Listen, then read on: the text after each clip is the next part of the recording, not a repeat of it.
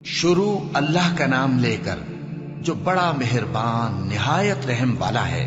الف لام میم۔ اس میں کچھ شک نہیں کہ اس کتاب کا نازل کیا جانا تمام جہانوں کے پروردگار کی طرف سے ہے۔ کیا یہ لوگ یہ کہتے ہیں کہ پیغمبر نے اس کو از خود بنا لیا ہے؟ نہیں، بلکہ وہ تمہارے پروردگار کی طرف سے برحق ہے، تاکہ تم ان لوگوں کو ہدایت کرو جن کے پاس تم سے پہلے کوئی ہدایت کرنے والا نہیں آیا، تاکہ یہ رستے پر چلے۔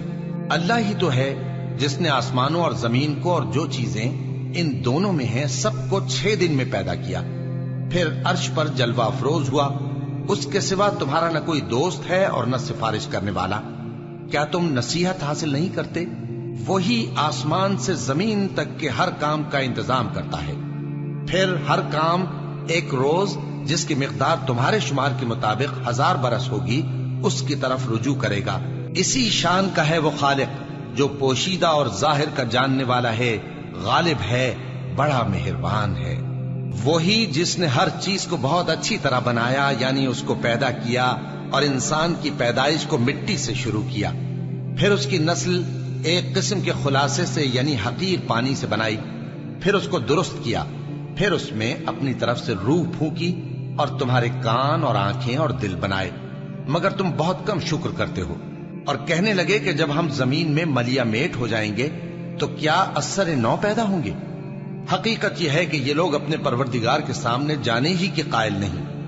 کہہ دو کہ موت کا فرشتہ جو تم پر مقرر کیا گیا ہے تمہاری روحیں قبض کر لیتا ہے، پھر تم اپنے پروردگار کی طرف لوٹائے جاؤ گے، اور تم تعجب کرو جب دیکھو کہ گناہگار اپنے پروردگار کے سامنے سر جھکائے ہوں گے اور کہیں گے کہ اے ہمارے پروردگار، ہم نے دیکھ لیا اور سن لیا، تو ہم کو دنیا میں واپس بھیج دے کہ نیک عمل کریں، بے شک ہم یقین کرنے والے ہیں۔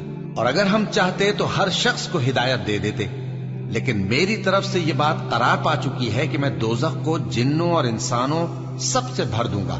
سو اب آگ کے مزے چکھو، اس لیے کہ تم نے اس دن کے آنے کو بھلا رکھا تھا۔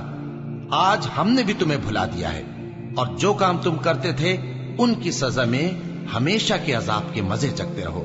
ہماری آیتوں پر تو وہی لوگ ایمان لاتے ہیں کہ جب ان کو ان کے ذریعے نصیحت کی جاتی ہے تو سجدے میں گر پڑتے اور اپنے پروردگار کی تعریف کے ساتھ تسبیح کرتے ہیں اور غرور نہیں کرتے۔ ان کے پہلو بچھونوں سے الگ رہتے ہیں، اس حال میں کہ وہ اپنے پروردگار کو خوف اور امید سے پکارتے اور جو کچھ ہم نے ان کو دیا ہے اس میں سے خرچ کرتے ہیں۔ سو کوئی شخص نہیں جانتا کہ ان کے لیے کیسی آنکھوں کی ٹھنڈک چھپا کر رکھی گئی ہے، یہ ان اعمال کا صلہ ہے جو وہ کرتے تھے۔ بھلا جو مومن ہو وہ اس شخص کی طرح ہو سکتا ہے جو نافرمان ہو؟ دونوں برابر نہیں ہو سکتے۔ جو لوگ ایمان لائے اور نیک عمل کرتے رہے ان کے رہنے کے لیے باغ ہے، یہ مہمانی ان کاموں کی جزا ہے جو وہ کرتے تھے، اور جنہوں نے نافرمانی کی ان کے رہنے کے لیے دوزخ ہے۔ جب چاہیں گے کہ اس میں سے نکل جائیں تو اس میں لوٹا دیے جائیں گے، اور ان سے کہا جائے گا کہ جس دوزخ کے عذاب کو تم جھوٹ سمجھتے تھے اس کے مزے چکھو، اور ہم ان کو قیامت کے بڑے عذاب سے پہلے دنیا کے عذاب کا بھی مزہ چکھائیں گے، شاید وہ ہماری طرف لوٹ آئیں۔ اور اس شخص سے بڑھ کر ظالم کون جس کو اس کے پروردگار کی آیتوں سے نصیحت کی جائے تو وہ ان سے منہ پھیر لے۔ ہم گناہگاروں سے ضرور بدلہ لینے والے ہیں۔ اور ہم نے موسیٰ کو کتاب دی تو تم ان سے ملاقات ہونے سے متعلق شک میں نہ ہونا، اور ہم نے اس کتاب کو بنی اسرائیل کے لیے ذریعہ ہدایت بنایا تھا، اور ان میں سے ہم نے پیشوا بنائے تھے جو ہمارے حکم سے ہدایت کیا کرتے تھے، جبکہ وہ صبر بھی کرتے تھے اور وہ ہماری آیتوں پر یقین رکھتے تھے۔